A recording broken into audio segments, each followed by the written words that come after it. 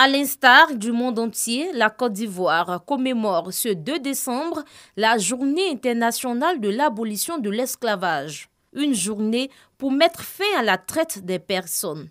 Selon l'OIT, Organisation internationale du travail, plus de 40 millions de personnes sont victimes de travail forcé à travers le monde. L'esclavage est aujourd'hui modernisé selon l'OIT.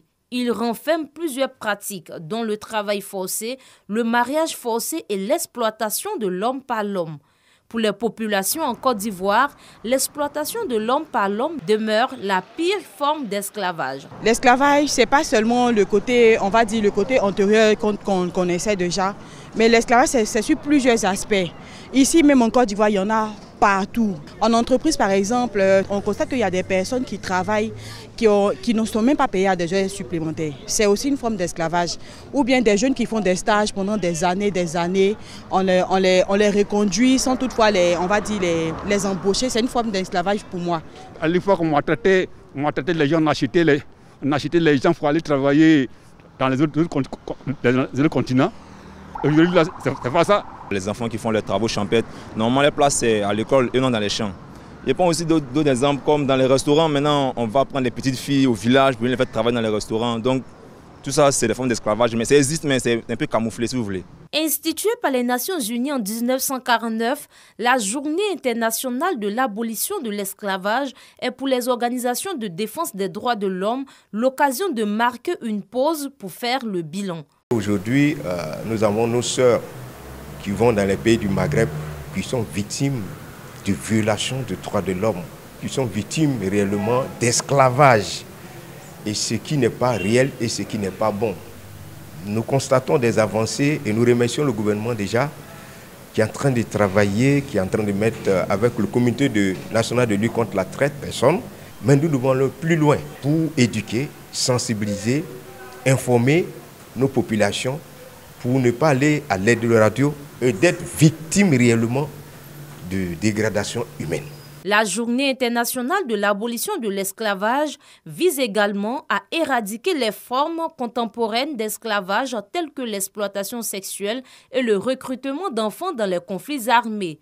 Pour mettre fin à la souffrance de ses semblables, Félix Houphouët-Boigny, premier président de la République de Côte d'Ivoire, a aboli le travail forcé le 11 avril 1946. Une manière de mettre fin au recrutement par la force de la main-d'œuvre autochtone par l'administration coloniale. C'était une ère nouvelle pour le pays. Malgré les nombreuses campagnes de sensibilisation, plusieurs enfants continuent d'être exploités en cachette, ce qui prive ces enfants de scolarisation. L'ONG Jeunesse et droits des enfants en collaboration avec la Fondation Children of Africa mutualisent leurs forces pour combattre le phénomène. À travers le festival international La Voix des enfants, ces ONG donnent de la voix pour sensibiliser. L'ONG entend susciter une saine émulation des enfants. Plusieurs activités ont meublé ce festival, à savoir un salon du livre, un panel de partage d'expériences et de conseils pratiques aux enfants. Pour cette première édition, plusieurs personnalités ont apporté leur soutien aux enfants dans ce cadre qui commémore la Journée internationale de l'enfant. Cette première édition du FIVE 2021 a bénéficié de l'appui institutionnel du Conseil national des droits de l'homme, du ministère de la Femme, de la Famille et de l'Enfant, du ministère de l'Éducation nationale et de l'alphabétisation. Selon le commissaire général du FIVE, cette journée consiste à promouvoir les droits et devoirs de l'enfant ainsi que leur application.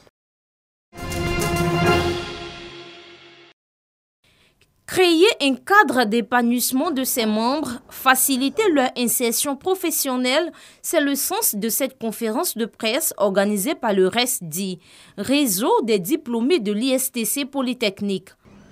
Le RESDI Polytechnique ambitionne d'accompagner la politique d'insertion professionnelle de l'ISTC Polytechnique et de créer un cadre d'épanouissement de ses membres.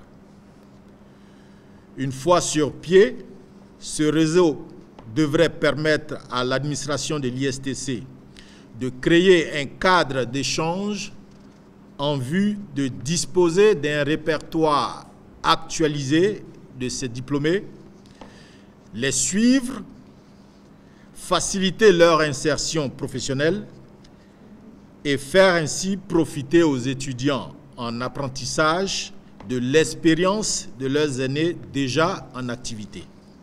Le réseau a profité de cette Lucan pour lancer un appel à tous les diplômés de l'Institut.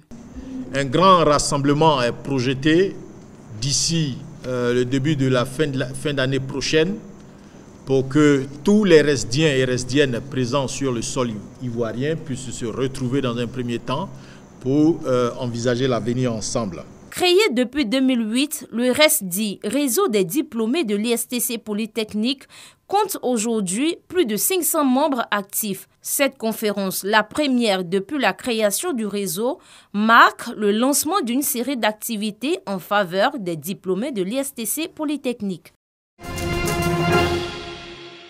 La mobilisation fut totale.